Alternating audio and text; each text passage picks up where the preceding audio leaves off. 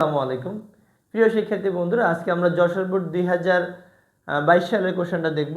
কর্মদক্ষতা দিয়ে কোশ্চেনটা আসছে। উদ্দীপকে দুইটা ক্রেন দেয়া আছে। প্রথম ক্রেন 5 কিলোওয়াট ক্ষমতার একটা ক্রেন 15 মিটার উঁচুতে 1500 কেজি ভরের একটি বস্তুকে তুলতে 4 মিনিট সময় নেয়, এবং অপর একটি ট্রেন যার ক্ষমতা হলো 2 কিলোওয়াট 2 কিলোওয়াট ক্ষমতার অন্য একটা ক্রেন 20 মিটার উঁচুতে 1000 কেজি ভরের বস্তুকে তুলতে 5 মিনিট সময় নেয়। প্রথম কোশ্চেন হলো বস্তুর ভরকে শক্তিতে রূপান্তর করতে হবে, অর্থাৎ প্রথম বস্তুর যে ভর আছে সেটাকে শক্তিতে রূপান্তর করতে হবে। আমরা এটা একটু করি যে গ নম্বর কোশ্চেন আমরা জানি is equal to m c square সমীকরণ, is equal to m c square. এখানে এম ইকুয়াল ভর, জাস্ট এটা আমরা ওই নিউক্লিয়াসের হারানো ভর দিয়ে করি। এখানে যদিও এটা করতে দিয়েছে আমরা এভাবেই করি।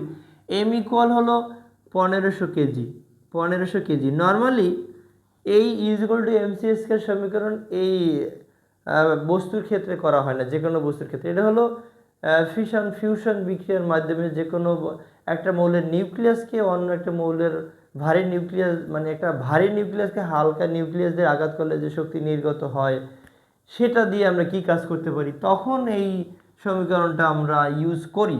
বাট এখানে বললো প্রথম বস্তুর ভরকে শক্তিতে রূপান্তর করা, কিন্তু এটা ছাড়া আমাদের কোনো উপায় নেই। তো এখানে এম এর মান হলো 1500 কেজি এবং সি হলো আলোর বেগ। আলোর বেগ হলো 3 × 10⁸ মিটার পার সেকেন্ড। তো এখান থেকে আমরা এম এর মান 1500 কেজি, আলোর বেগ হলো 3 × 10⁸ মিটার পার সেকেন্ড, যার হোল স্কয়ার আমরা করব। তাহলে এখান থেকে একদম বিশাল একটা বড় মান আসে। দেখি কত আসে। 1500 ইন্টু হলো 3 × 10⁸, যার আমরা হোল স্কয়ার করব। তাহলে এখানে এটা আসে 1.35 ইন্টু 1.35 ইন্টু 10⁻20 জুল।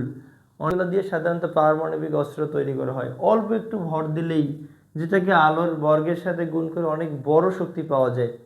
তো সেখানে যদি 1500 কেজি দেই তাহলে তো বোঝাই যাচ্ছে যে কত পরিমাণ শক্তি পাওয়া যাবে। অনেক 1.35 ইন্টু 10⁻20 জুল শক্তি পাওয়া গেল। কোন ক্রেনটি ব্যবহার করা লাভজনক, এটা আমরা কর্মদক্ষতার উপরে বিচার করব। যার কর্মদক্ষতা বেশি সেই যন্ত্রটা ওয়েস্ট কম করে, অর্থাৎ কম সময়ে বেশি পরিমাণে কাজ করতে পারে। আমরা দেখব তাহলে কোন যন্ত্রের কর্মদক্ষতা বা কোন ক্রেনের কর্মদক্ষতা বেশি, আমরা সেটা একটু দেখি। তো এখানে ঘ নম্বরের ক্ষেত্রে আমরা একটু দেখব যে প্রথম ক্রেন যদি বলি, প্রথম ক্রেনের ক্ষেত্রে ভর দেয়া আছে, কত ভর 1500 কেজি ভর উপরে তুলবে 1500 কেজি। হাইট দেয়া আছে h1 দেয়া আছে 15 মিটার, এবং টাইম t1 দেয়া আছে কত, কয় মিনিটে, 4 মিনিটে। 4 × 60 অর্থাৎ 60 সেকেন্ডে তো 1 মিনিট, 4 × 24 240 সেকেন্ড। তো এখান থেকে আমরা ইটা 1 ইকুয়াল বলতে পারি পি আউটপুট বাই হলো পি ইনপুট ইন্টু হলো 100%। আমরা জানি কর্মদক্ষতা 100-র মধ্যে হিসাব করা হয়।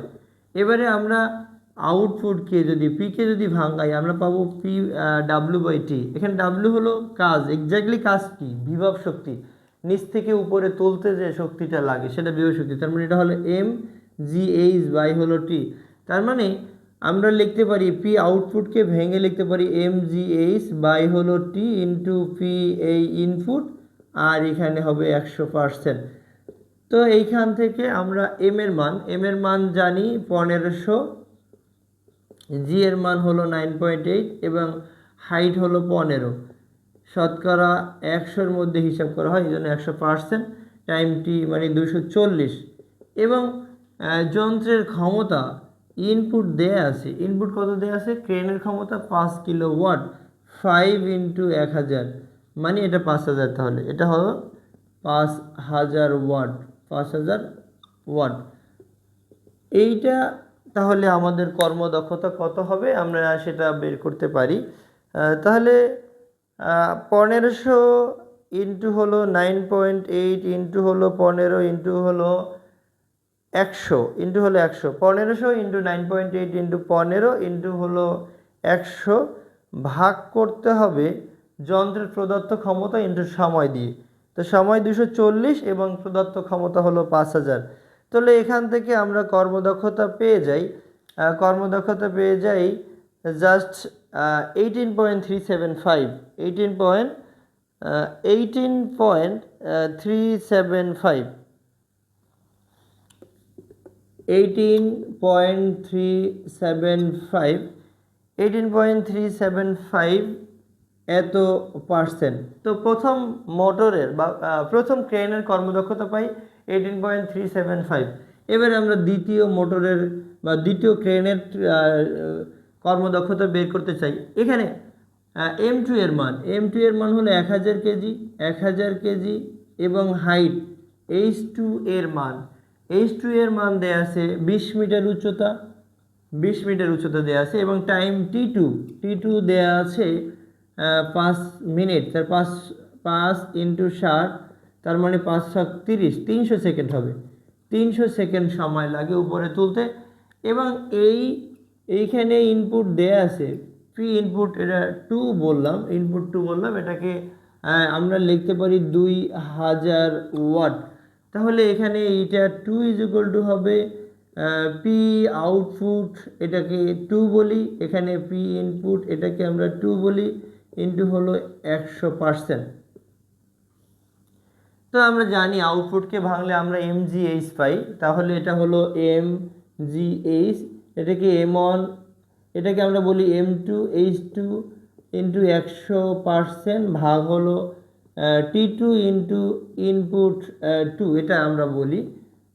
তো এখান থেকে আমরা এম এর মান 1000, জি এর মান 9.8, হাইট এর মান হলো 20, 100 আর ভাগ করতে হবে 300 সেকেন্ড ইন্টু 2000 দিয়ে। এখান থেকে আমরা একটু হিসাব করি যে এখান থেকে কর্মদক্ষতা আমরা কত পাই। 1000 ইন্টু হলো 9.8 ইন্টু 20 ইন্টু হলো 100 এটাকে আমরা ভাগ করব টোটাল সময় ইন্টু প্রদত্ত ক্ষমতা দিয়ে। ক্ষমতা কত? 2000 দেয়া আছে। তাহলে এটা জাস্ট আসে 32.66%, 32.66%।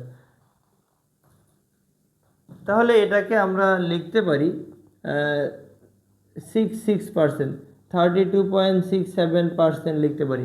তো এখান থেকে দুইটা ক্রেন যদি আমরা কম্পেয়ার করি তাহলে দেখা যায় যে প্রথম ক্রেনের চেয়ে প্রায় দ্বিগুণের মতো কর্মদক্ষতা হলো এই দ্বিতীয় ক্রেনের, অর্থাৎ দ্বিতীয় ক্রেনের কর্মদক্ষতা হলো 32.67। তাহলে আমরা এই দুইটা ক্রেনের মধ্যে যার কর্মদক্ষতা বেশি আমরা ওই ক্রেনটা ব্যবহার করব, অর্থাৎ যেই ক্রেনের কর্মদক্ষতা বেশি সেই ক্রেন কম সময়ে বেশি পরিমাণে কাজ করতে পারে বা তার ওয়েস্ট কম, সে কম পরিমাণে শক্তি নষ্ট করে বা অপচয় করে।